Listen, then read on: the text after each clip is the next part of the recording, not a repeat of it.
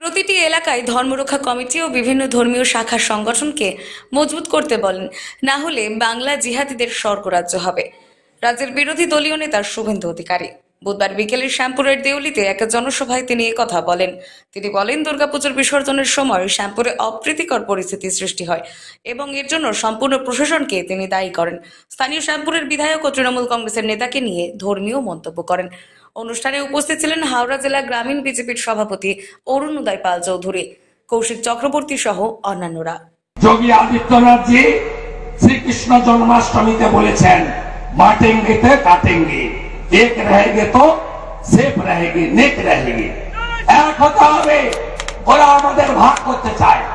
Mamata Banerjee vote হলেই বলে Hindi speaking, বাঙালি speaking, দুপক্ষই সনাতনী।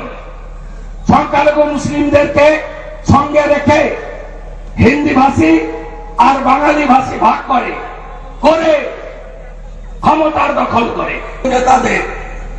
কালীপদ বাবু মাস্টারমশাই 11 সাল থেকে বারবার এমএলএ হচ্ছেন। নদে বাবু, আপনি এখানকার শাসক দলের বড় নেতা। জুলফিকারের কথা ছেড়ে দিলাম, ওর কথা নাই বা বললাম। নদে বাবু, কালী বাবু, আপনি তো সনাতন। আমরা তো জানি আপনারা হিন্দু ধর্মে বিশ্বাস করেন। আপনারা বলুন তো, 47 সালে দেশ ভাগ হয়েছিল কিসের ভিত্তিতে? দ্বিজাতি তত্ত্বে। মোহাম্মদ আলী জিন্নার নেতৃত্বে পাকিস্তান তৈরি হয়েছিল মুসলিমরা থাকবে, ভালো থাকবে বলে, আর ভারতবর্ষে হিন্দুরা থাকবে। এখানে সেই কারণে ভারতের নাম ছিল হিন্দুস্তান, এখনো আছে।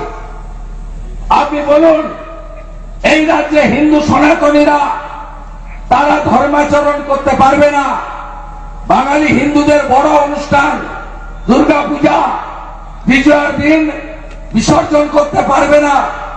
যেভাবে ঠাকুরগুলোকে ভেঙেছে চোখে দেখা যায় না। যারা ছবি ভিডিও দেখেছে চোখ থেকে জল রাখতে পারেনি। আমাদের শুধু ডাক্তার বোনকে আর্জি করে নয়, আমাদের মা দেবী দুর্গা তাকেও চোখের সামনে ভেঙে তছনছ করে দিয়েছে। আপনি প্রতিবাদ করবেন না? আমি কাউকে দায়ী করতে চাই না। আমি দায়ী করতে চাই পশ্চিমবঙ্গের সরকারকে, যারা একটা রাজনৈতিক দলকে প্রতিনিধিত্ব করলেও সংবিধানকে সামনে রেখে মমতা ব্যানার্জি 3 বার মুখ্যমন্ত্রী হয়েছেন। যদিও আমার কাছে 21 সালে হেরেছেন, তিনি হেরে কম্পার্টমেন্টাল মুখ্যমন্ত্রী হয়েছেন। শ্যামপুর থেকে মতিয়ার রহমানের রিপোর্ট, আনন্দ বার্তা।